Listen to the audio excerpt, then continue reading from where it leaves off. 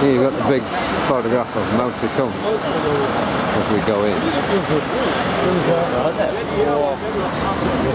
And yellow roof for buildings used by the emperor. And this place has reputedly 999 rooms. The reason being that it was felt that God had 10,000 rooms and no one could have more rooms than God. There's some people dressed up there in some kind of costume.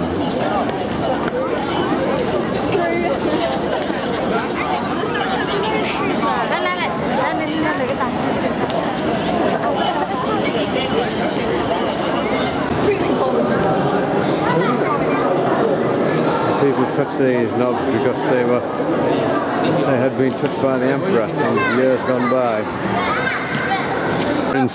In a courtyard in the Forbidden City, moving towards another large building, but it's tourist knickknacks,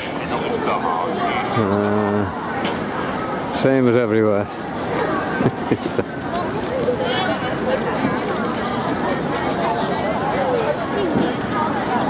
And that's the gate we've just come through, the sort of second gate, as it were, into the Forbidden City. This is the inner gate, and here. So, having put our bags through a second security machine, we are now in this inner courtyard.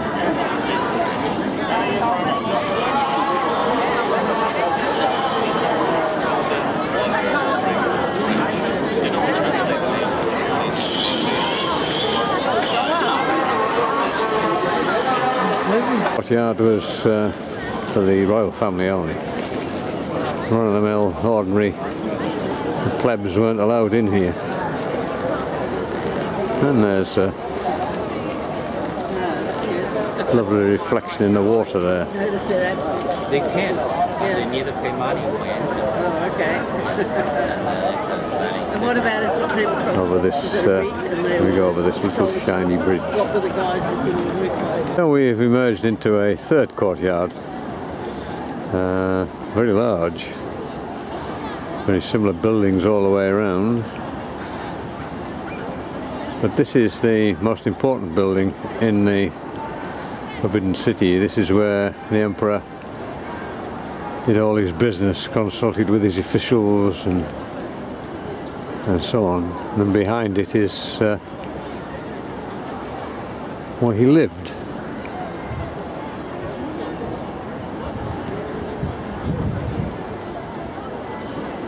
And around the courtyard are a great many what seem to be cauldrons. I think there are 300 of them altogether in the Forbidden City, and they kept water in them to extinguish fires. The whole place being built of wood, of course. And in the winter time, they they lit a fire underneath each of these, and they acted like radiators to keep the place warm.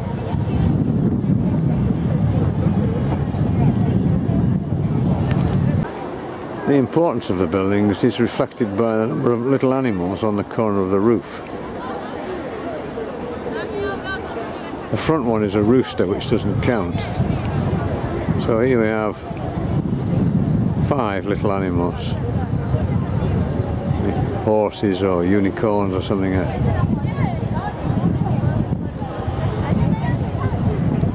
And this rather bigger building, apart from the rooster at the front, which doesn't count, it has 7 little animals.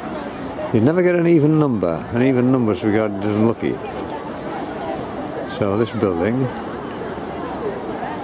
which is quite large, one of the gates into this inner courtyard, it has 7. And when you come to the Emperor's main court,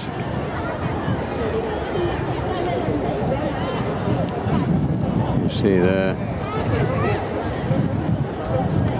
apart from the rooster, he has 3, 3, 6 and 3's 9.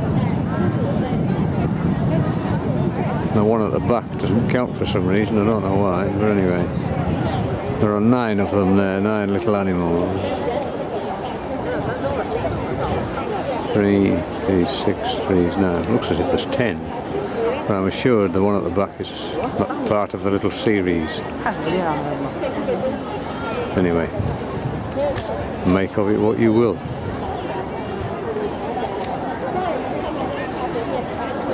Well, there you can read about the whole thing yourself.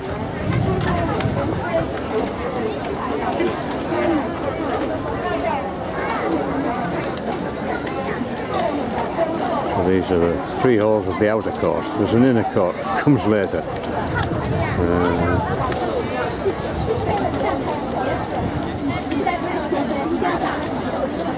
And of course, it's a very interesting little bit at the bottom there.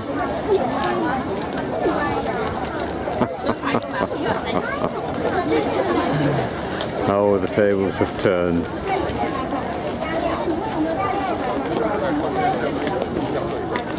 Not allowed to use the central staircase because it was for the emperor and the emperor only. And you can see how the center is very, very elaborately carved with dragons. But despite their dispatch and the massive changes from the feudal system of the emperor, they still hold to this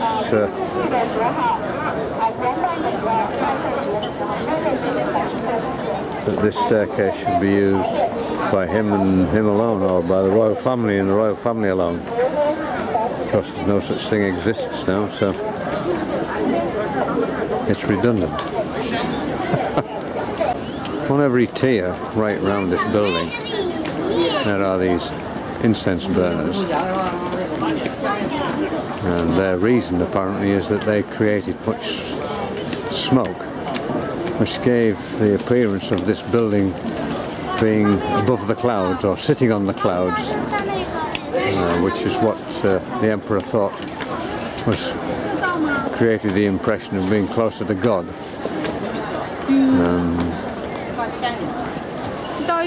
Reminds me very much of other religions where they have this same hope. Here we are at the most important building in the outer courtyard. You cannot in fact go in it, you can only photograph from outside. And there you can read about it, a little notice here, which I've just come across. Explains how it all worked.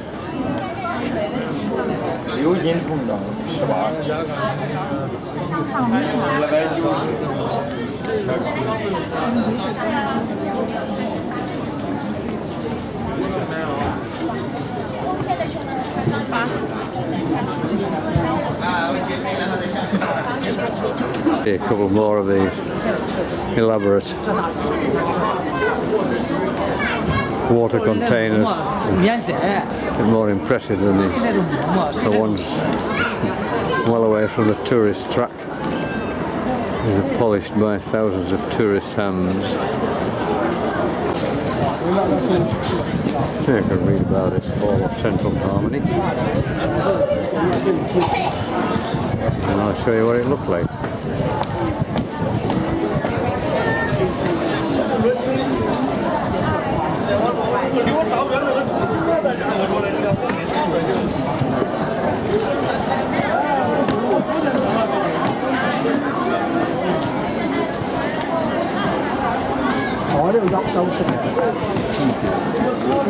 Here's a pretty powerful block, this shop. What it looks like. That was his sort of resting place, a resting place for the emperor.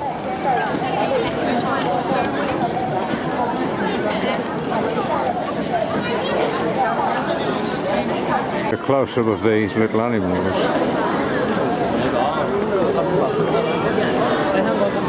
On this roof.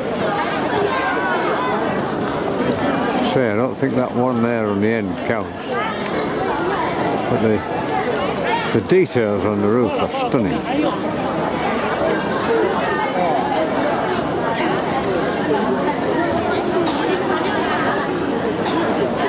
It was repainted for the Olympics.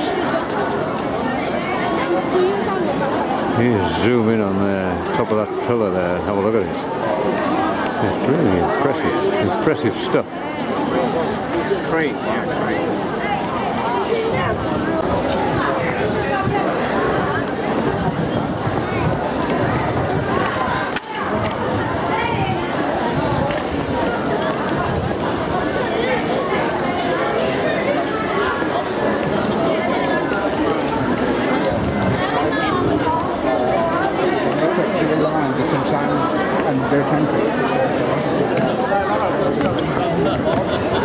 Some of the incense burners, like the shape of animals, like this turtle here.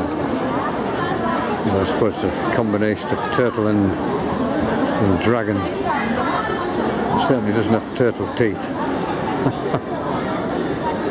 The Chinese interpretation of a tortoise. This is the Emperor's chair on his hat, resting. That's about it. There's nothing else in here.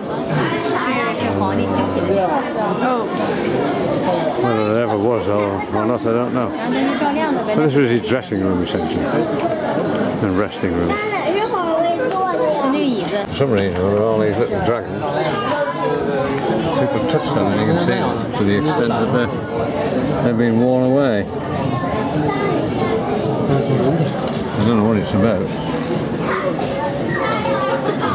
Probably everything's to do with good luck.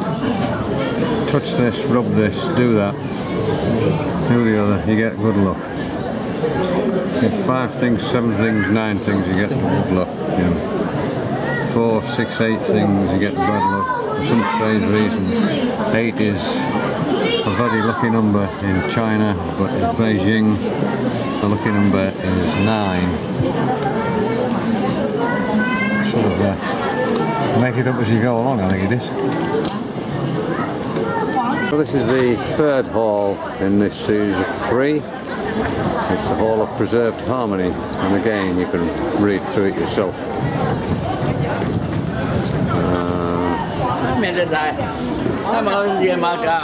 The Hall of Scrupulous Behavior.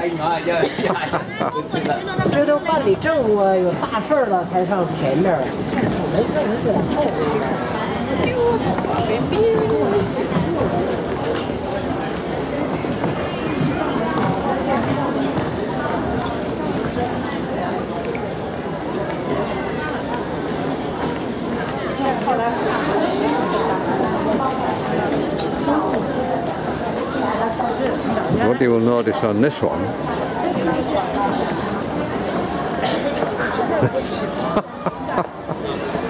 is this little bit has been painted out.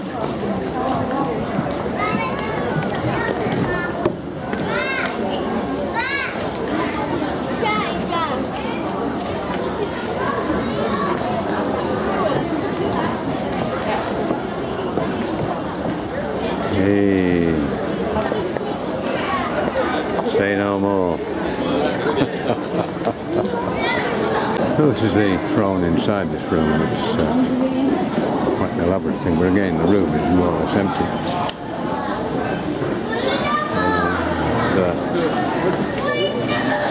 There's very little to see. This 3rd building.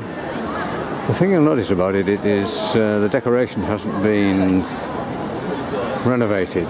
They didn't have time to renovate them. They were doing it for obviously for the Olympics. But they didn't have time to renovate them. So this is very sort of pre-Olympic, and you can see how it compares with the very, very bright colours of the 1st building of this trio.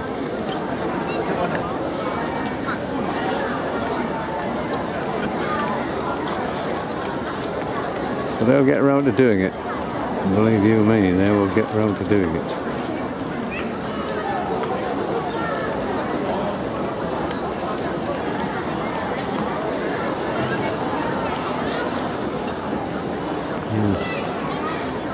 be using American interest payments on the loan to do it with.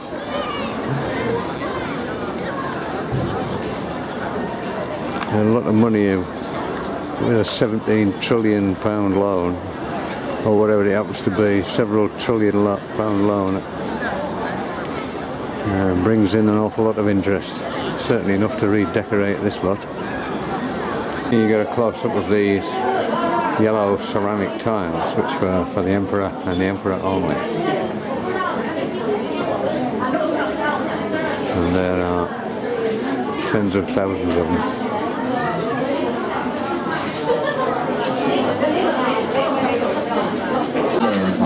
Well, the concubine's basically got a hole-in-the-wall bed without the curtain, and some furniture and some places to relax. These little lounge bits and a little decoration there, whatever that might be. Just some pictures. Nice clock. A little table. That was it. And you were one of the favourite concubines to get this.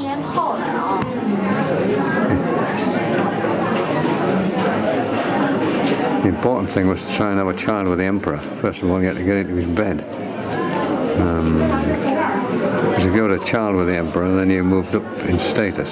If you had a boy, then obviously he moved up to become very, very high status and got nicer jewellery and nicer clothes. I'd imagine a right bitchy sort of place to be with this. We emerged into the Imperial Garden, and all sorts of nice buildings, nice trees, and an awful lot of people for the Imperial Garden. Somebody's waiting to take a photograph. They just got half hour and they're finished. So read that. It gives you all the statistics.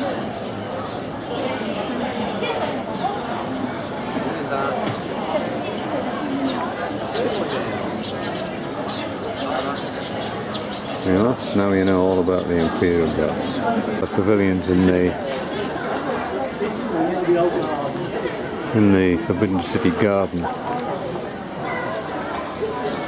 The trees are interesting. Those with red labels are more than 300 years old.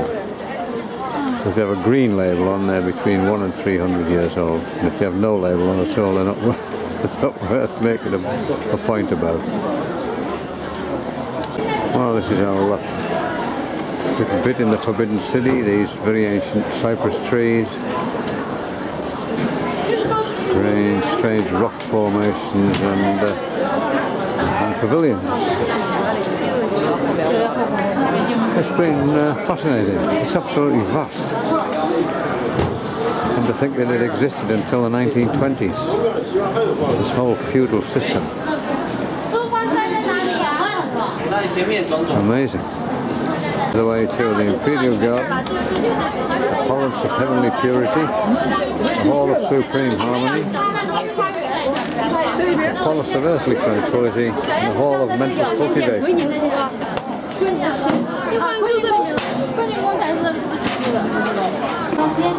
This hill at the back of the Forbidden City is Jinchang Park, or Jinchang Hill. It's very, very busy.